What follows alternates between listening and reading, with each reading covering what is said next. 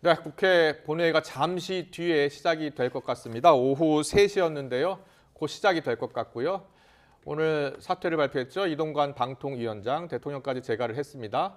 그래서 그 탄핵안은 지금 자동 폐기 수순을 밟을 것으로 보이고 네. 2명의 검사 탄핵안은 처리될 것 같죠? 네, 그렇습니다. 관련해서 정치부 김경수 기자, 그리고 최진 대통령 리더십 연구원장, 차재원 부산 가톨릭대 특임 교수와 오늘의 국회 상황 자세히 알아보겠습니다. 어서 오세요. 어서 오십시오. 안녕하세요. 안녕하십니까? 네. 자, 지금 본회의가 오후 3시에 시작될 예정인데요. 자, 김경수 기자, 지금 국회 상황 좀 전해 주시죠. 네, 말씀하신 것처럼 오후 3시에 국회 본회의가 열릴 예정이었는데요. 지금 방금 시작됐나 봐요. 네. 개의를 네, 선포한 것 같죠? 지금 예. 본회의가 막 열린 것 같습니다. 네. 그런데 지금 국민의힘 의원들 같은 경우에는 본회의장에 들어오지 않은 걸로 그렇네요. 보이거든요. 오른쪽에 자리에 국민의힘 의원들의 모습이 보이지 않네요. 네. 네, 그 본회의 시작 전에 네. 그 국민의힘 의원들은 어제처럼 국회의장실 앞 복도에 가서 예. 이제 항의 농성을 하다가 이제 다시 의총장으로 갔다고 하고요. 그다음에 이제 그래요? 다시 예. 본회의장 앞에서 규탄 대회를 할 예정이라고 합니다. 네. 그리고 오늘 탄핵안은 손준성 검사 탄핵안부터 시작되나 보죠? 네, 일단 이 예. 안건 자체가 두 개가 잡혀 있는 걸로 예. 아까 확인을 했었는데 네, 손준성 검사 그리고 이정섭 검사 탄핵 소추안 이렇게 두 개가 오늘 본회의에서 표결에 붙여질 것으로 보입니다. 예. 손준성 검사 탄핵안은 고발 사주 의혹 관련해서, 그리고 이정섭 검사는 처가 골프장과 위장 전입 등 각종 비위 의혹이죠? 네, 맞습니다. 예. 고발 사주 의혹이 이제 과거 20년 4월에 총선을 앞두고 미래통합당의 이 야권, 그러니까 진보 진영 인사들에 대한 검찰 고발을 사주한 혐의로 이제 예. 재판이 진행 중이고요. 손준성 검사 같은 경우에는 이 내용과 관련해서 민주당이 탄핵을 추진을 하고 있고요. 예. 이정섭 검사 같은 경우에는 말씀하신 것처럼 그 현재 검사에 대한 골프장 예약 청탁 등 청탁금지법 위반 등의 의혹을 받고 있고 또 예. 관련해서 수사도 진행 중입니다. 네. 그래서 민주당이 두 사람에 대한 탄핵 소추안을 내고 오늘 표결을 할 예정입니다. 네. 네, 저희가 앞서 화면에서도 봤지만 지금 국민의힘 의원들은 들어오지 않은 상황인데 민주당 단독 주도로 가능한 거죠? 네, 탄핵안 같은 경우에는 제적 의원 과반이 찬성을 하면 가결이 되는 게 이제 요건이기 때문에 예. 민주당 등 야당 의석만으로도 만약에 이탈표가 없다고 하면 충분히 가결될 가능성이 높습니다. 알겠습니다. 자, 오늘 이동관 방통위원장이 전격 사의를 표명하고 사표를 이제 윤 대통령이 수리하면서 오늘 예정된 탄핵안 처리는 지금 어려운 상황이 됐어요. 네. 예, 지금 현재 의안에 올라 있지 않습니다. 두 평론가분께 좀 여쭤보고 싶은데, 최진 원장님은 이동관 방통위원장이 정치적으로 물러날 것이라고 생각하셨습니까? 저렇게 빨리 물러날지는 미처 예상을 못했는데, 예. 저는 사실 어쨌든 대통령이 상당히 무리를 감수하고 임명을 했던 방통위원장이 예. 3개월 만에 사퇴를 했다는 것은 이유 여하를 막론하고 어쨌든 대통령이 상당히 데미지가 큽니다. 오늘 갤럽 여론조사를 보니까 지금 32% 아니겠습니까? 예. 여기에 더 악영향을 미칠 수도 있다라고 저는 봅니다. 그렇군요. 다만 예. 그렇다고 해서 민주당이 얻는 게 많으냐고 저는 보이지 않는 데미지도 상당히 크다고 봅니다. 어떤 점에서요? 왜냐하면 지금 탄핵을 한두 번이 하지 않습니까? 그래서 예. 탄핵 전문 정당이나 상습 탄핵이나 이런 얘기도 나올 정도이기 때문에 오히려 보이지 않는 데미지가 상당히 크다. 그래서 이번 이동관 사퇴 건으로 한 여야 득실을 보면 네. 저는 제로섬 게임이라고 보는 거죠. 양쪽 다 피해를 본, 손해를 본, 데미지를 본 네. 제로섬 게임이라고 봅니다. 그렇군요. 예. 차재현 교수님은 예상하셨어요? 아니요, 예상 못하셨죠? 못했습니다. 네. 못했어요. 근데 제가 봤을 때 이 여건의 핵심의 한 수다는 생각이 들어요. 왜냐하면 사실은 지금 이동관 지금 위원장에 대한 탄핵안을 지금 여당이 막을 방법이 없어요. 예. 그렇다고 한다면 정면 돌파를 하자. 네. 생각한 것 같고요. 두 번째는 국정의 공백을 최소화하자는 거죠. 만약에 탄핵될 경우에는 최장 6개월 동안 공백이잖아요. 예. 그런데 지금 만약에 물러나게 되면 지금 아마 곧 지금 후임을 발표할 거예요. 그러면 빨리 서두르면 한 20일 안에 새로 방통위원장을 선임할 수 있거든요. 예. 그렇게 될 경우에는 사실은 지금 방통위의 당면한 과제 중에 가장 큰 게 올 연말 끝나는 방송사들의 제어가거든요. 아. 이 부분에 대해서는 최소한 막을 수 있다.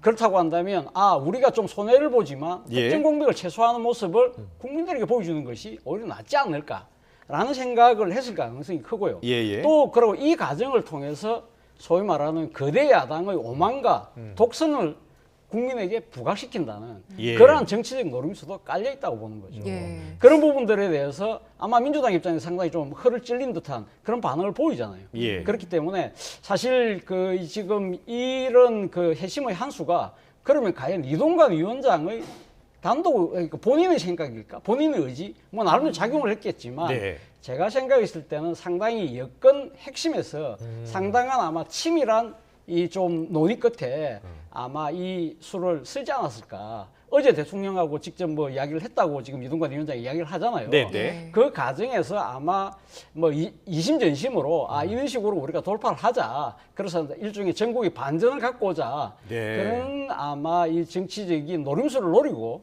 아마 했을 가능성이 크다. 그런 그렇군요. 측면에서 상당히 민주당 입장에서는 좀 어떻게 보면 예. 정치적으로 약간은 당혹스러운 그런 상황이 아닐까 하는 생각이 듭니다. 네, 말씀하신 것처럼 이재명 대표도 이런 꼼수를 쓸 거라고는 예상을 못했던 것 같아요. 반응들 어떻습니까? 그러니까 갑자기 사퇴를 하니까 이제 당황하다 보니까 꼼수라는 얘기를 나왔는데 저는 이제 꼼수라고보다는 전략적인 판단이라고 봅니다. 일종의 어떻게 보면 고육지책이죠. 예. 차 교수님 말씀한 대로 과거 같으면 말이죠. 사실은 이거 그냥 탄핵이 되더라도 근데 헌재로 넘어가지 않습니까? 예, 그러면 예. 뭐 기각될 거고 그럼 나중에 대통령이 뭐 그런 거부권 행사하면 다시 복귀할 수 있습니다. 다만 예, 이제 6개월 예. 동안에 너무 많은 걸 데미지가 있기 때문에 전략적으로 이제 판단을 내린 건데 네. 근데 이제 민주당은 사퇴는 뺑소니다 뭐 이렇게 얘기하지 않습니까? 네. 꼼수다고 얘기하는 건데 그러면 저는 좀 그 부분이 약간 납득을 안 되는 게 그러면 계속 탄핵을 당해서 예. 만신창이가 돼야 되는 거냐 그러면 이동관을 어떻게 보면 네. 어떻게 보면 민주당의 목표는 달성된 거 아니겠습니까? 이동관 탄핵을 좀 사퇴하라 물러나라 했기 때문에 물러났기 때문에 어찌 됐든 민주당의 이제 목표는 달성한 거죠. 예. 근데 만약 물러나지 않고 있었더라면 상당히 만신창이가 될 수도 있겠죠. 그리고 대통령이 부담이 되고 예. 그렇기 때문에 전략적 판단을 한 거기 때문에 저는 뭐 어쩔 수는 없었다고 보는 거고 네. 다만 앞서 이제 양쪽 최진 다 원장님은 대통령도 부담이 됐을 것이고 데미지를 입을 것이다라고 이야기하셨고 민주당도 역시 마찬가지 상황일 것이다라고 이제 전망을 해주셨잖아요. 예. 네, 교수님 어떻게 저는 오늘 생각하세요? 민주당의 반응에 대해서 좀 실망스럽습니다. 예. 사실은 앞서 말씀하신 것처럼 민주당이 지금 이동관 위원장에 대한 탄핵안을 추진하는 이유가 뭘까요? 예. 이동관 위원장을 물러나게 하는 거잖아요. 그렇다고 한다면 소기 목적을 달성했잖아요. 그것도 상당히 정치적 위력 시만으로 소기 목적을 달성했다고 한다면 그러니까 민주당은 이렇게 이야기를 해야죠. 만시지탄이다. 당연히 물러나야 되는데 좀 더 일찍 물러나야지. 이렇게 이야기를 하면서 뭐라고 이야기를 해야 되냐면 예. 후임을 공정하고 균형된 인물을 찾아서 인사를 해라. 네. 그렇게 이야기를 하면서 또 하나 이야기해 보면 방통위가 정상적으로 기능을 해야 되기 때문에 예. 예를 들면 지금 최민희 전 의원이 방통위원으로 추천을 했는데 지금 그 대통령실에서 거부하는 바람에 지금 무산됐잖아요. 네, 그렇다고 네. 한다면 우리가 추천하는 후임 인사에 대한 조속한 인사를 통해서 방통위를 조속화 정상화시켜라. 그래야만 된다는 식으로 이야기를 했어야 되는데 뭐 예. 정치적 꼼수다는 식으로 계속적으로 이렇게 되면 마치 국민들 입장에서 그러면 민주당의 목적은 계속적으로 그러면 윤석열 정부의 국정을 발목 잡는 게 목적이야?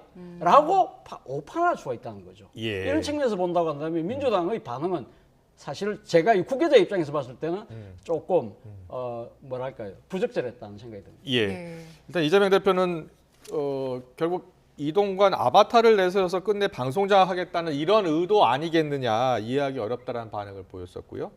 일단 민주당은 잠시 뒤에 이제 손준성 검사 그리고 이정석 검사 두 명에 대한 탄핵 소추안을 이제 처리할 예정입니다. 자, 이 두 검사에 대한 탄핵 소추안 처리에 대해서는 두 분 어떻게 생각하시는지 먼저 원장님. 일단 검사들을 그 국회 본회의장에 표결로 해서 탄핵한 경우는 윤석열 정부 들어와서 처음 있는 모습입니다. 사실은. 아니죠, 한 번 더 있었죠. 한동안 과거 한 번 번은 있습니다. 있습니다. 예. 근데 지금 지난번에 이어서 지금 두 번째 검사를 탄핵하는데 이런 모양 자체가 저는 바람직하지 못하고 보는 거고. 예. 그리고 또 하나는 이제 이건 뭐 제2의 어떻게 보면 검수 안박 전략이나 비슷하다고 봅니다. 그러면 앞으로 어떠한 검사들도 문제든 뭔가 압박하는 검사 있으면 국회 본회의 표결을 붙여서 압박한다. 그럼 오히려 민주당이 국회라는 공간을 검찰에 압박하는 수단으로 활용하는 게 아니냐라는 그런 비판을 받을 수가 있거든요. 그리고 지금 보면은 최근에 보면 진보 성향이 강한 검사들이 실제로 출판 기념회도 하고 오히려 이제 방송을 통해서 현 정부를 막 맹렬히 비판하고 있는 현상이 생기거든요. 그러면 만약에 지금 여야 보수 진보 떠나서 검찰들이 이렇게 정치적으로 행동을 할 경우에 그때마다 그럼 국회에서 표결로 탄핵을 할 것이냐. 만약에 다음 총선 때 국민힘이 다수당이 돼서 또다시 그러면 진보적인 성향 있는 검사들을 국회에 불러서 탄핵을 할 경우 그럼 그때는 또 뭐라고 할 것인지 어찌됐든 사법부의 문제를 검찰의 문제를 지나칠 정도로 이렇게 정치권 국회에서 해결하려고 하는 모습은 절대 도움이 되지 않는다라고 봅니다. 예. 지금 표결이 진행되는 모습 저희가 보여드리고 있고요. 차 교수님 생각은 어떠십니까? 저는 좀 사안을 구분해서 봐야 될 필요가 있다는 생각이 듭니다. 손준성 검사에 대해서는 저는 뭐 탄핵이 저는 반드시 해야 될 필요가 있지 않나 하는 생각이 들어요.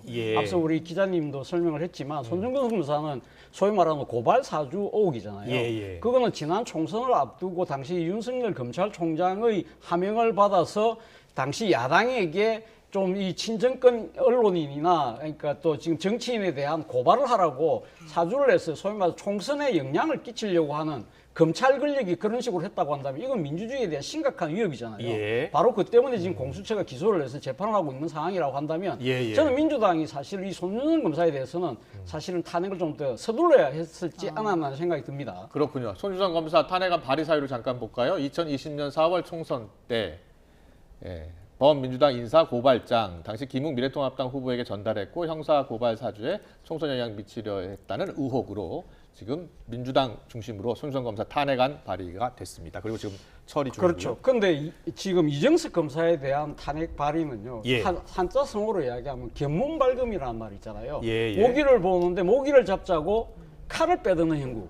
제가 봤을 때 좀 더 지나치다는 겁니다. 사실 이정석 지금 검사에 대한 의혹은 지난번 국정감사장에서 제기가 됐던 거거든요.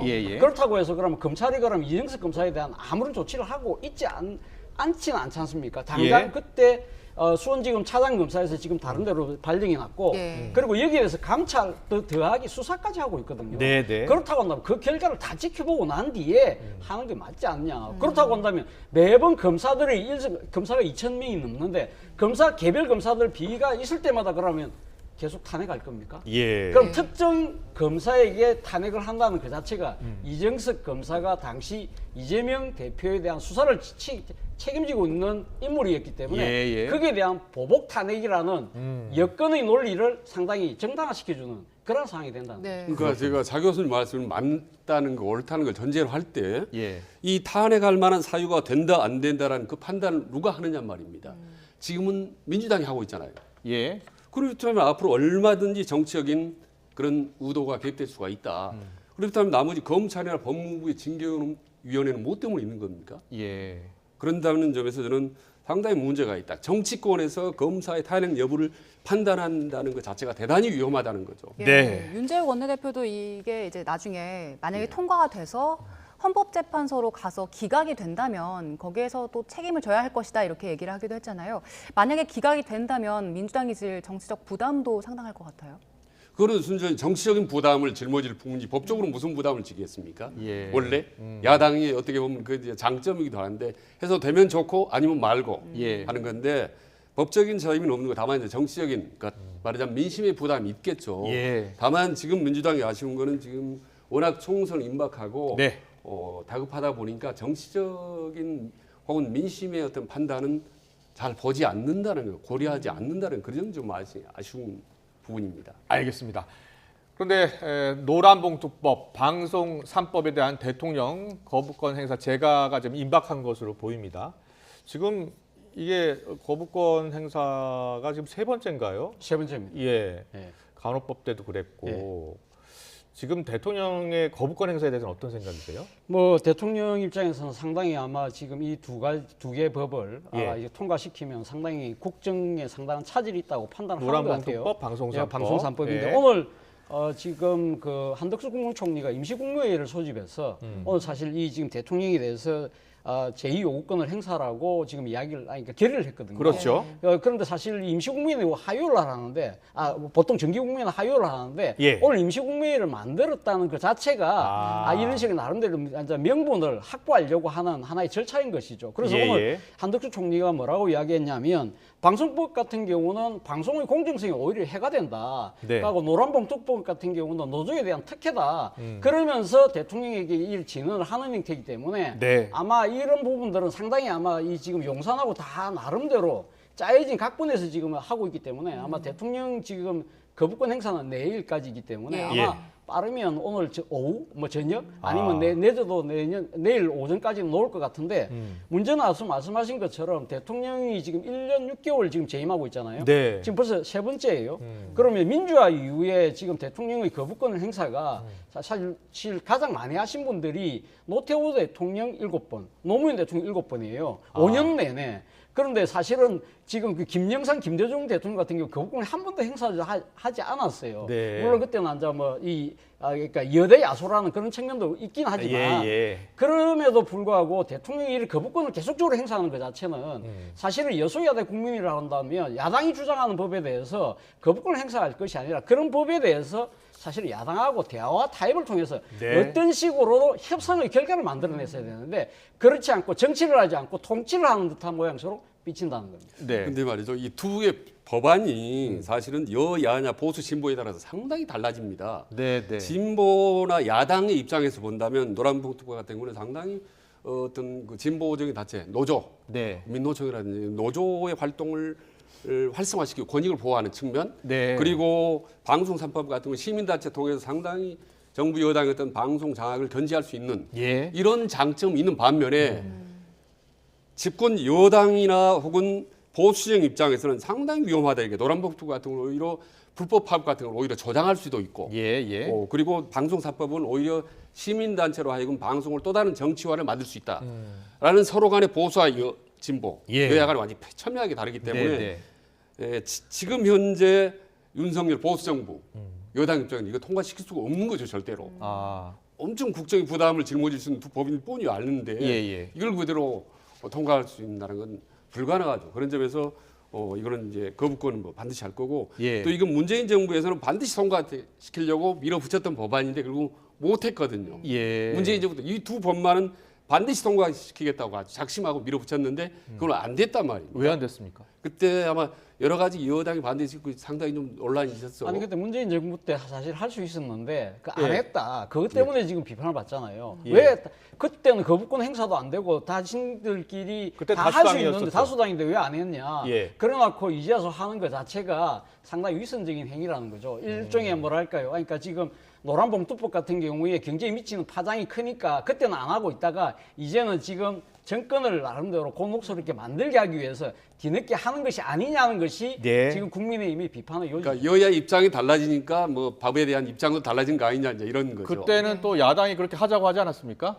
방송 3법 같은 경우에는 그러니까 여당 입장에서는 그 당시 때는 여당이 야당이었는데 그렇죠. 방송 3법 관련해서 뭔가 좀 중립적인 인사들로 꾸려야 한다라고 하지 않았나요? 그러니까 아마 그때 민주당 입장에서는 아마 정권이 재창출될 거라고 생각을 했던 거겠죠. 아. 20년 집권론을 이야기하기 때문에 예. 다음 정권은 천천히 해도 된다고 생각하는 거죠. 알겠습니다. 쉽게 말하면. 자, 지금 국회 본회의장 모습을 한 번 더 보여주세요. 지금 손중성 검사 또 이정석 검사 탄핵안 투표가 진행 중인데요. 자, 김경수 기자 어떻게 진행되고 있는 겁니까? 네, 앞서 한 3시 15분쯤부터 이제 투표가 시작이 되는 것 같습니다. 예. 지금 이제 이 탄핵안 오늘 이제 무기명 투표가 원칙이고 지금 수기 그러니까 손으로 가부 여부를 쓰는 방식으로 진행이 돼서 네. 의원들이 투표를 하고 개표 결과가 집계되기까지 좀 시간이 걸릴 것 같은데요. 한 네. 30분 정도면 끝나지 않을까라고 조심스럽게 예측을 해봅니다. 다만 네. 이제 또 수기 투표의 문제가 이제 그 표가 제대로 가가 맞냐 부가 맞냐 또 이런 검표 과정에서 네. 그런 또 시간이 소요될 가능성이 있어서 언제쯤 나올 것 같습니까? 일단 한 30분 많이 오래 걸려도 40분이니까 예. 한 3시 40분 50분 이 사이에 나오지 않을까라고 그렇군요. 생각이 됩니다. 예. 네. 아까 국민의힘 의원들은 본회의장 안 들어왔었잖아요. 혹시 네. 전해진 표결에 소식이 참여했나요? 있습니까? 예. 표결에 참여 안 하고 아. 지금 그 검사 그러네요. 탄핵안 표결 끝날 때까지 예. 그 이제 국회 본회의장 앞에 맞은편에 있는 의총장에 모여 있다고 하거든요. 아, 그렇군요. 표결엔 참여를 안 하는 걸로 지금 확인이 되고 있습니다. 알겠습니다. 알겠습니다. 자, 속보 들어오면 또 정리를 해서 전해드리고요. 예. 자, 그럼 속보가 전해질 때까지 지금 정치권 이슈 가운데 하나인데요. 어제 1심 결과 나온 이야기 좀 해볼까요? 예, 어제 대장동 의혹에 대한 법원의 첫 판결이 나왔는데요. 네. 대장동 사업자로부터 불법 정치 자금 그리고 뇌물을 받은 혐의로 기소된 김용 전 민주연구원 부원장에게 1심 법원이 징역 5년을 선고하고 법정 구속했습니다. 관련 영상을 저희가 준비했는데요. 영상 보고 오겠습니다.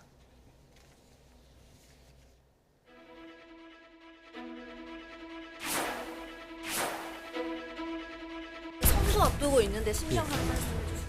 선고 받고 나와서 말씀드릴게요.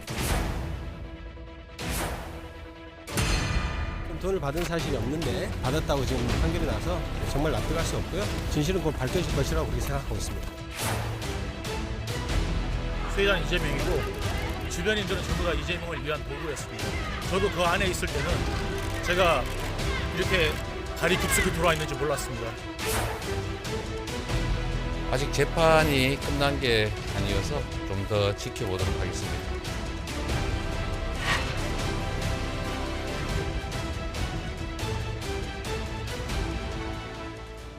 네. 지금 이제 2심 결과가 나왔습니다. 2심도 있고 대법원 판결도 있어야 되고요. 자, 그런데 일단은 김용 전 부원장이 이재명 대표의 최측근으로 꼽히고요. 이재명 대표가 이제 분신 같은 사람이다라고 이야기했기 때문에 다음 재판에 관련 재판에 영향을 미칠 것이란 분석이 나옵니다. 최준. 예, 바로 그 때문에 사실 이재명 대표가 상당히 곤혹스러운 예. 입장에 놓이지 않았나 하는 생각이 듭니다. 일단은 검찰이 상당한 이 유리한 고지를 일단 선점을 했다는 생각이 들어요. 예. 무엇보다도 사실 이 지금 김용 부원장에 대한 유죄의 근거가 예. 유동규 유동규 씨의 진술이 상당한 그 인정을 받은 탓이거든요. 사실 그동안 그 민주당의 입장에서는 유동규 씨 진술을 뭐라고 이야기했냐면 일종의 검찰하고 플리바겐, 일종의 유동규 씨의 형량을 줄여주기 위해서 겁박하고 협박해서 그러니까 이 유동규 씨가 상당히 검찰의 입맛이 맞는 허위 진술 내지는 조작 내용을 이야기하고 있다고 했는데 네. 그런 부분들을 법원은 배척하고 유동규 씨의 진술을 인정한다는 식으로 이야기를 했기 때문에 향후 지금 유동규 씨가 이재명 대표의 재판의 유력한 증인이잖아요. 예. 그렇다고 한다면 거기서도 유동규 씨가 하는 내용 이야기들을 받아들일 가능성이 상당히 크다는 것이죠. 예. 그리고 또 하나는 어제 김용 그 부원장 같은 경우는 지금 뭐냐면 사실은 이 지금 그때 당시에 그 성남시 의원이었거든요. 그렇기 때문에 당시 개발 사업에 대한 인허가권이 없어요. 그런데도 불구하고 그 사람의 영향력을 인정했다는 것은 그 김용의 그 고리를 통해서 누군가가 위선이 개입해서 특혜를 줬다는 이야기잖아요. 그럼 그 위선이 누구냐? 그 부분에 대한 수사를 제기할 수밖에 없다. 그리고 또 하나는 지금 그 정치자금 수수를 인정했기 때문에 그럼 그 돈 6억을 받았는데 그럼 그 6억은 어디로 갔는지 수사를 안 하고 있었거든요. 그러면 그 용처에 대한 수사를 할 경우에는 상당히 그 자금이 어떻게 흘러갔느냐 그런 부분인데 이와 관련해서 그럼 지금 입을 열어야 될 사람이 지금 김용 부원장인데 말을 안 하고 있잖아요. 근데 사실은 5년 징역형은 당사자 입장에서 엄청나게 큰 벌이거든요. 그렇다고 한다면 향후 검찰 수사에서 심경의 변화를 일으킬 가능성도 전혀 배제할 수 없다. 뭐 그것이 그러니까 진실을 이야기하든 조작을 이야기하든 상당히 피고인이 흔들 가능성이 많기 때문에 민주당 입장, 특히 이재명 대표 입장에서는 좀 지켜보는 그 상황이 결코 마음이 편할 수가 없는 것이죠. 네, 정치자금법 위반 그리고 뇌물 혐의였고요. 정치자금 6억 원 그리고 뇌물 7천만 원 추징 명령이 내려졌었죠. 이재명 대표 아직은 재판이 끝난 게 아니기 때문에 좀 더 지켜보겠다라고 했는데 이재명 대표 재판에는 어떤 영향을 미칠까요? 일단 뭐 영향이 저는 상당히 클 거라고 봅니다. 일단 말씀 앞에 지적을 했지만은 제일 중요한 게 어느 재판에는 이제 관련자의 신빙성, 증언의 신빙성이 중요한 건데 이제 증언의 신빙성이 입증이 됐기 때문에 받아들였기 때문에 상당히 좀 탄력을 받을 것 같고 또 하나 이제 제일 중요한 건 재판의 흐름 분위기가 있습니다. 재판부에. 그런데 이 판결을 5년형을 지금 때리면서 판결문을 보니까 과거 어느 때보다 상당히 고강도의 판결문입니다. 보면 예. 장기간에 걸쳐서 인허가를 매개로 금품 수수를 통해 밀착해서 유착한 일련의 부패 범죄다. 네. 이렇게 이제 판결을 했거든요. 그러면서 뿌리 깊은 부패 고리, 뭐 민주주의 우롱하고 뭐 병폐 이런 온갖 아주 센 표현들을 총동원한 걸 보면 예. 앞으로의 재판의 흐름도 상당히 이재명 대표에게 불리할 게 돌아갈 것 같다라는 그런 강한 얘기가 좀 듭니다. 네. 아직 1심 결과니까요. 좀 더 지켜봐야 될 것 같고요. 국민의힘 상황 잠깐 짚고 갈까요? 이뇨한 혁신위원장, 당 중진 의원들에게 희생한 공식 의결을 했고 또 어제는 또 공천관리위원장 달라고 했었잖아요. 김기현 대표가 사실상 거부를 했고요. 당내에 여러 목소리가 나오고 있는데 듣고 오겠습니다. 민주당 이재명 대표가 경기도지사 재임 당시 뜻을 함께하는 벗이자 분신과도 같은 사람이다라고 말한 최측근 인사입니다. 김용 전 부원장에 대한 유죄 선고는 시작일 뿐입니다. 검찰의 짜집기 수사와 기소라는 주장은 설득력을 갖기 어렵습니다. 재판부는 오락가락 갈팡질팡하는 유동규의 진술이 신빙성이 있다는 이해하지 못할 판단을 내렸습니다. 증거도 없이 진술만으로, 그것도 신빙성 없는 오락가락한 진술만으로 누군가를 기소하고 유죄를 인정하고 처벌하는 것은 명백한 태행입니다. 조금 아쉬운 것은 공관위원장이라는 게 굉장히 총선에서 중요한 자리고 또 민감한 자리이기 때문에 너무 좀 즉흥적으로 좀 말씀을 하신 것은 좀 당내에서 많은 좀 우려를 좀 사고 있는 그런 상황입니다. 김기현 대표라든지 좀 물밑 좀 접촉 대화 이런 것들이 좀 없었거나 부족하지 않았나 좀 생각이 듭니다. 그래서 김 대표의 그런 반응 실망스러웠는데 마치 이뇨한 위원장이 자리 욕심 있는 사람인 것처럼 약간 이건 약간 인격적인 모욕이에요. 그러니까 엄밀히 말하면 내 혁신 공천안을 김기현 지도부가 받아라. 이뇨한 안을 수용해야만 대표로서의 생명이 더 길어질 수 있다고 봅니다. 네, 앞서 박찬대 최고위원 목소리 들었는데 김용 부원장 1심 선고 관련해서 여야 입장을 들었었고요. 그리고 이어서 홍석준 의원, 하태경 의원, 지금 이뇨한 위원장이 어제 공천관리위원장 달라고 한 거 거기에 대한 평가를 들었습니다. 그런데 이제 다음 주 월요일까지 그 험지 출마 관련해서 입장을 밝혀라라고 지금 최후 통첩을 한 상황이잖아요. 그렇죠. 예. 배수진을 친 거죠. 예. 근데 국민의힘이 예. 지금 어떻게 그 지도부가 대응할 것 같습니까? 일단 뭐 어제 김기현 대표의 그 워딩을 보면 예. 뭐 그 안 받겠다는 의지를 상당히 이야기를 했잖아요. 끝까지 안 받을 것 같다. 예, 뭐 지금 당장은 어제 그랬는데 사실은 인뇨한 위원장이 사실은 좀 뜬금없이 그 공관위원장 내를 시켜달라 이야기를 했잖아요. 네. 저는 그 이야기 들으면서 무슨 생각이 드냐면 오죽하면 그러니까 본인이 지금 이야기하고 있는 혁신안에 대해서 당 지도부가 안 받아들일 가능성이 점점 더 커지고 있는 상황이니까 당 지도부 친윤 의원들 험지 출마, 불출마 안 할 것 같으니까 그러면 내가 그러면 공관위 위원장을 맡아서라도 이 혁신안을 관철시키겠다는 의지를 애둘러서 표현한 것인데 그거를 마치 그 감투를 노리는 사람처럼 김기현 대표가 반응을 했잖아요. 그런 모습들을 보면서 김기현 대표의 정치적인 소위 말하는 깜냥이 이 정도일까라는 생각이 얼핏 든다는 것이죠. 사실은 어떻게 보면 이 지금 혁신위하고요 김기현 지도 체제하고는 제가 봤을 때는 정치적 공동 문명체예요. 혁신위가 만약에 실패하면 사실은 김기현 지도 체제가 버틸 명분이 사실은 저는 크지 않다는 생각이 들거든요. 사실 본인이 그랬잖아요. 정권을 주겠다고 해놓고. 그런데 정권 주는다고 했는데 지금 거기서 내세우고 있는 여러 가지 혁신안에 대해서 거의 받아들이지 않고 있으니까. 네. 자, 잠깐만요. 지금 국회 본회의에서 그 표결 결과를 지금 발표할 것 같은데 현장으로 가볼까요?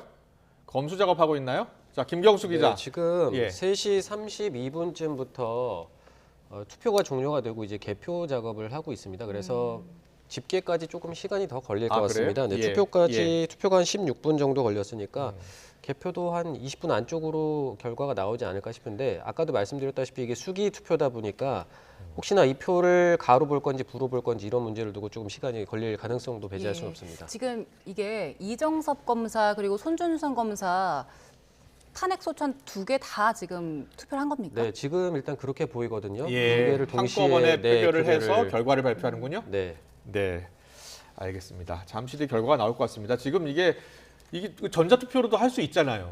그러니까 전자투표, 그러니까 탄핵안 같은 경우는 무기명 투표가 원칙이고 여야 합의가 있으면 전자투표를 할 수는 있는데 지금 이제 여당은 어차피 본회의장에 들어오지 않은 상황이고 하다 보니까 예, 합의가 안 됐으니까 네, 그냥 수기투표로 하는군요. 네, 진행하는 것 같습니다. 조금 더 시간이 걸릴 것 같네요. 예. 네, 혁신위가 저희 혁신위 이야기를 좀 더 이어나가 보겠습니다. 혁신위 결국에 입장문을 또 내서요. 그 혁신위 요청이 받아들여진다면 공관위원장 요청할 하등의 이유가 없다 이런 얘기를 하기도 했는데 김기현 대표가 좀 뜻을 오해했다 뭐 이런 의미일까요? 다시 한번 강조를 하더라고요. 그 제일 중요한 핵심은 윤영환 의원이 왜 이런 발언을 했느냐인데 저는 이제 아마추어의 뜬금포 발언은 아니라고 보는 거고 저는 프로의 코칭을 받고 한 다분히 의도된 발언이라고 보는 겁니다. 여러 가지 상황이 지금은 여의치 않다라는 걸 이미 충분히 알고 김기현 대표가 너 할 걸 충분히 예상을 하고 던진 발언인데 그래요? 그걸 왜 했느냐 보면 저는 일단 김기현 대표를 강력하게 압박하기 위한 일종의 농계작전의 일환이 있고 그리고 결국 해체 상태 이제 마지막 마무리해야 될 상태에서 혁신위가 이제는 뭔가 마지막 최후의 승부수 하나 던지고 장렬하게 산화한 장렬하게 마무리하는 차원에서 저는 의도된 발언 폭탄 발언 하나 던졌다고 보는 거죠. 네, 그래서 결국 김기현 대표가 우습게 돼버렸지 않습니까? 저는 충분히 예상을 하고 던진 발언이라고 봅니다. 그렇군요. 비대위 체제로 전환하는 것에 대해서도 필요하면 해야 한다라고 밝히면서 이제 혁신은 어느 정도 종료를 하고 비대위 체제를 넘어가는 상황을 얘기하는 것 같아요. 지금 아마 뭐 지금 그러니까 임요한 위원장을 비롯한 혁신위에는 그러니까 이 안을 받아들이지 않으면 사실 그러니까 국민의힘이 사실은 이 총선을 앞두고 국민들에게 쇄신된 모습으로 다가가기 힘들다. 그렇게 되면 지지율이 오히려 더 추락할 것이고 그러면 비대위가 출범할 수밖에 없다는 논리를 이야기를 하고 있는데 지금 뭐 김기현 지도부는 절대 그럴 일이 없다는 거잖아요. 바로 김재원 최고위원이 전 최고위원이 비자말자 바로 김석기 이 의원을 바로 앉힌 이유가 뭐겠습니까? 그런 식으로 해서 지도부를 보강해서 소위 말해서 이 지금 몇몇 그 지금 동조하는 최고위원들이 사퇴하더라도 비대위 체제로 넘어가지 않도록 안전판을 만든 거거든요. 그렇군요. 그만큼 자신의 지금 당권을 지키려는 의지가 아주 강해요. 그런데 문제는 김기현 대표의 그 의지는 강하지만 그러나 용산의 생각은 무엇일까? 저는 그게 상당한 변수라고 생각합니다. 바로 저도 용산의 생각은 뭐라고 보세요? 아마 이거는 저희들이 평론하는 분이나 기자들 모든 사람 가장 큰 궁금증이라고 봅니다. 왜냐하면 지난번 전당대회 때는 윤심이 정확하게 드러났지 않습니까? 김기현에게 인심이 있다라는 거 누구나 아는데 이번 같은 경우는 상당히 저희들 같은 것도 쉽지가 않습니다. 왜냐하면 공천관리위원장이라는 건 엄청나게 막강한 자리인데 이 자리를 전격적으로 제한하고 또 곧바로 김기현이 거부를 하고 이 과정에서 윤심이 분명히 있을 텐데 아직 오늘까지는 지금 드러나지 않았단 말이에요. 전에는 두 사람 다 윤심은 본인 쪽에 있다라고 했잖아요. 그러니까 소신껏 하라 그랬다라고 임요한 위원장은 이야기했고 대통령 측으로부터 그리고 또 김기현 대표는 수시로 전화하고 통화한다라고 했잖아요. 윤심은 진짜 어디에 있는 거예요? 그러니까 이렇게 윤심이 애매모호하게 만드는 게 이제 원래 대통령들의 전략인데 그래야 본인의 입지가 넓어지기 때문에 그런 거예요? 근데 이게 너무 오래 가면 안 됩니다. 그럼 결국은 나중에 이제 대통령이 부담이 오기 때문에 적절한 때 이제는 좀 교통 정리할 때가 되지 않았나 싶은 생각이 듭니다. 자, 내년 총선을 앞두고 여야 모두 좀 내용을 겪고 있잖아요. 특히 이제 선거법을 어떻게 할 것이냐를 놓고도 지금 여야의 생각이 달라요. 일단 여당 같은 경우에는 그 비례대표 같은 경우에 병립형 옛날부터 주장을 했고 지금도 주장하고 있어요. 바꿔야 된다는 것이고 야당은 그동안 바꾸겠다, 위성정당 방지법 만들겠다라고 했는데 지금 이재명 대표 이야기 들어보면 승리가 중요하다는 이야기 하면서 또 다른 이야기가 나오고 있어요. 어떻게 결정될 것 같아요? 사실 뭐 국민의힘은 지난번 선거법 개정할 때도 강력하게 반대를 했잖아요. 그때 그 이렇게 패스트트랙에 얹혀서 그렇게 넘어갔습니다만 그렇기 때문에 국민의힘은 나름대로 일관성이 있지만 민주당 같은 경우는 사실은 그때 준연 농행을 이제를 채택을 하면서도 사실은 그 국민의힘이 소위 말하는 꼼수 위성정당을 만들 때 고민 끝에 또 위성정당을 만들었잖아요. 예. 그러면서 사실은 준연동 영제 잠시만요. 지금 뭐 결과를 발표할 것 같으니까 듣고 잠깐 예. 오겠습니다. 자, 김진표 국회의장 발표 들어보겠습니다.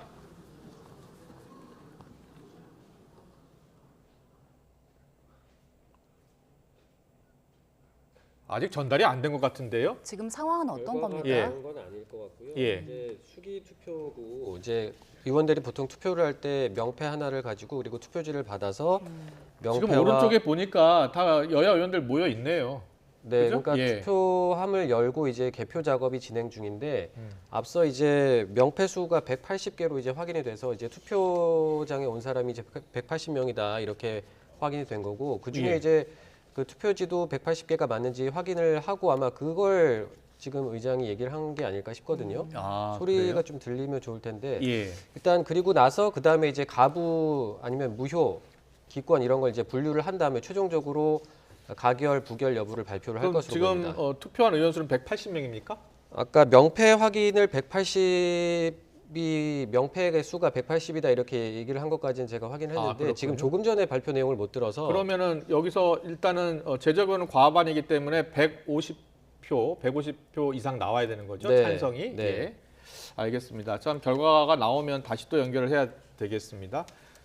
차 교수님 좀 더 얘기하시죠. 예, 그래서 결국 그 지금 민주당 입장에서는 사실은 그때 그러니까 지금 준연동리를 도입한 이유가 사실 그거잖아요. 예를 들면 표심하고 의석수하고 맞지가 않다. 네. 그걸 갖다가 교정하고 또 하나는 뭡니까? 지금 거대 양당의 기득권을 타파해서 네. 지금 이 의회 내에도 상당한 다양한 목소리를 그렇죠. 예. 들이자는 이야기였는데 그 때문에 했지만 당시 그 국민의힘이 꼼수정당을 만드는 바람에 대응으로 만들었잖아요. 그렇습니다. 서로 거기에 대한 위성정당을 비판이 만들었잖아요. 상당히 많았잖아요. 예. 그러면서 이재명 대표가 지난 대선 때 정치개혁 공약 1호로 이 지금 거대 양당의 기득권을 깨는 이 준연동 영제를 계속적으로 갖고 가고 그리고 위성정당 만들지 않겠다고 공약을 했거든요. 예. 그런데 지금 그러고 난 뒤에 야당이 된 거예요. 야당이 됐는데 만약에 지금 현재로 만약에 다시 또 이렇게 선거를 할 경우에는 네네. 그럼 국민의힘은 위성정당을 만들면 그게 일당되는 거 아니야. 일당될 경우에는 민주당이 상당히 불리할 수밖에 없다. 사실 일당이 되면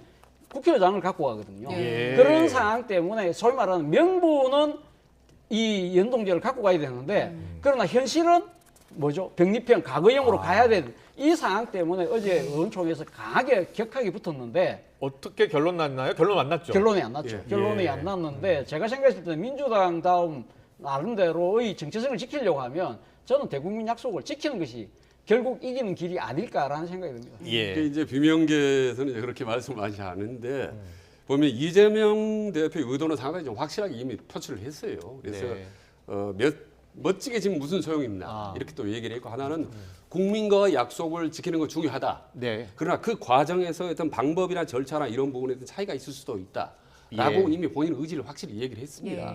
그래서 아마 위성정당이 만드는 쪽으로 그러니까 지금 국민의 약속을 지키는 것보다는 어찌됐든 무조건 선거를 이기고 보자는 쪽으로 갈 가능성이 높다고 보는 거예요. 그렇군요. 예.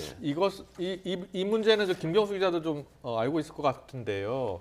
민주당 내에서 아직 당론으로 정하지 못한 거잖아요. 선거제 말씀하시는 거죠? 네, 맞습니다. 네. 병립형이나 그리고 연동형으로 하되 준연동형으로 하되 그 위성정당 방지법 만드는 거 어떻게 결론이 날 것 같습니까? 아주 경론이 벌어졌다면서요. 어제 의원총회에서 이 선거제 문제를 두고 의원들이 한 28명이 나와서 이야기를 했다고 28 하는데 명이요? 네, 예. 홍익표 원내대표가 이제 그 의총 뒤에 한 얘기로는 의견들이 뭐 반 정도로 갈렸다. 그러니까 약속을 지켜서 연동형 비례제를 유지를 해야 된다.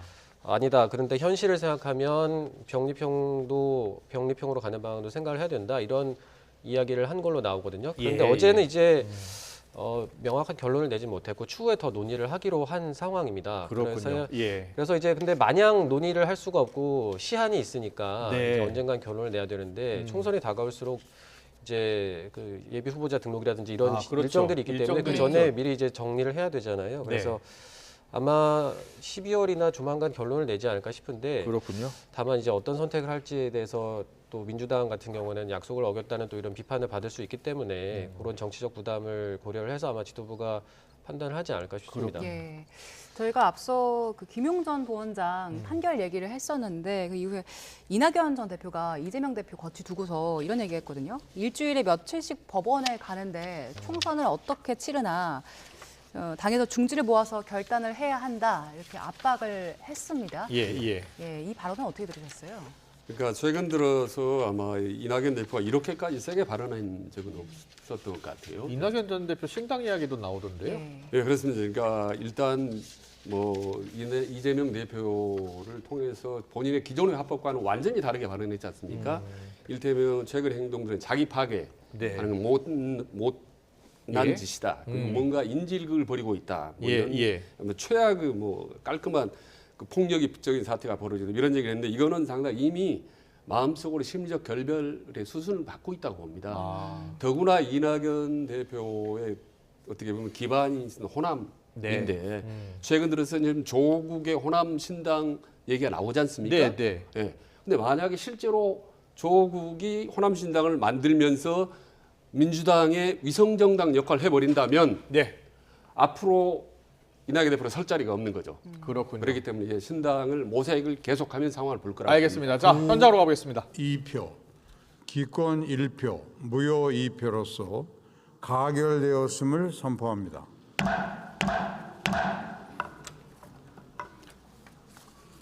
네. 다음 검사 이정섭 탄핵 소추안은 총 투표수 180표 중 가 174표, 부 3표, 기권 1표, 무효 2표로서 가결되었음을 선포합니다. 네, 이정섭 검사 탄핵안 가결됐고요. 손준성 검사 탄핵안도 선포합니다. 모두 가결이 됐습니다.